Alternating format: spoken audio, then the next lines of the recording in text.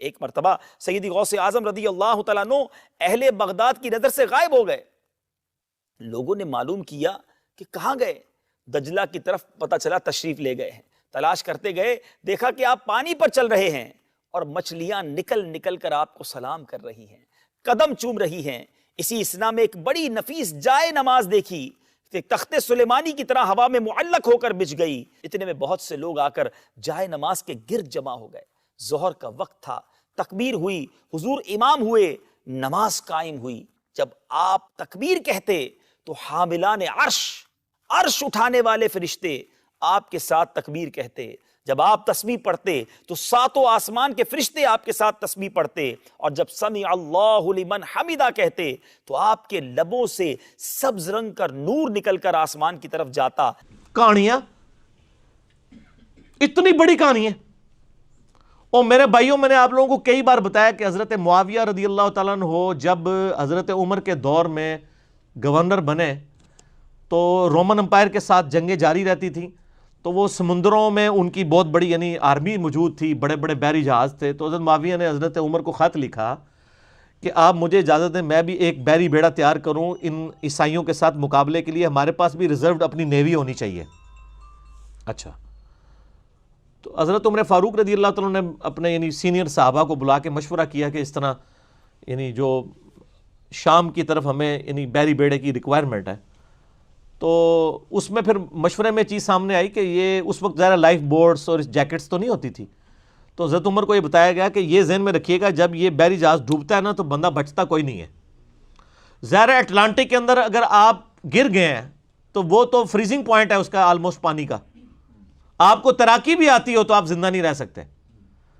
ٹھنڈے پانی, ہمارے تو یہ گرم سمندر ہے نا, جو ٹھنڈے سمندر ہے اس ویسے ہی بندہ ڈبو کے بھی کاٹ لو تو مرے ہی نکلے گا 2-3 منٹ واسطے بھی.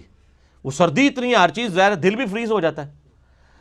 تو حضرت عمر نے کہا بھئی میں تمہیں اجازت, میں یعنی اپنے ساتھیوں کی لائف سٹیک پہ لگا کے, رسک پہ لگا کے میں بیڑی بیڑا بنانے کی اجازت نہیں دوں گا.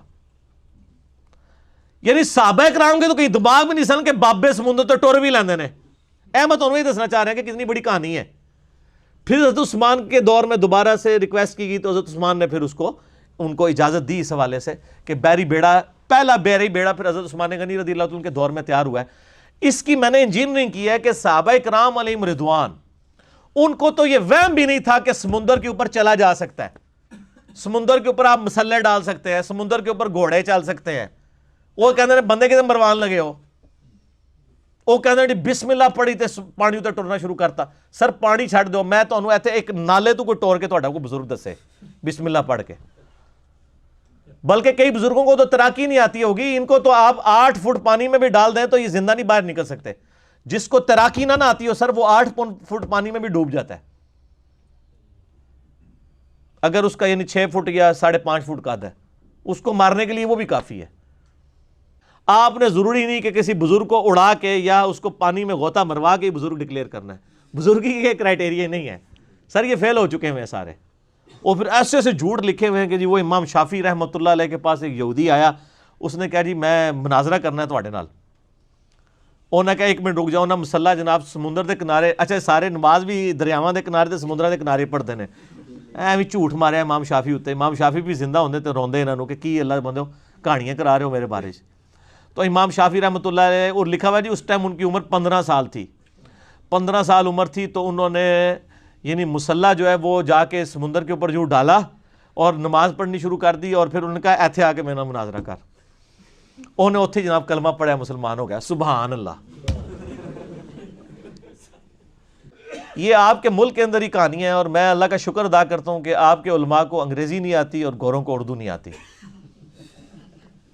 ورنہ جدو تسی دسو گے نا شاہ شمس تبریز نے کیا تو بھی شمس تے میں بھی شمس, ٹھیک ہے جی, وہ بوٹی بھون لی سی انہوں نے. اچھا وہ جب بوٹی بھون رہے تھے تو جو ملتان کے جو باقی لوگ تھے وہ نہیں بھونے گئے, صرف بوٹی بھونی گئی ہے. انجینئرنگ ہے. چھچڑا بھی بھونیا گیا, شاہ صاحب خود بھی کچھ, چلو شاہ صاحب نو تے کہن کہ بزرگ نے بچ گئے, تے باقی سارے بزرگ سن. اور سر بات یہ کہ یہ شاہ شمس نے بھی کارنامہ ملتان ہی کرنا سی, اس کردو ہی نہیں سی کرنا. ملتان میں تو ویسے ہی یعنی جغرافی پوائنٹ آف ویو سے گرمی ہے, اس کا اس کے ساتھ تو کوئی تعلق ہی نہیں ہے.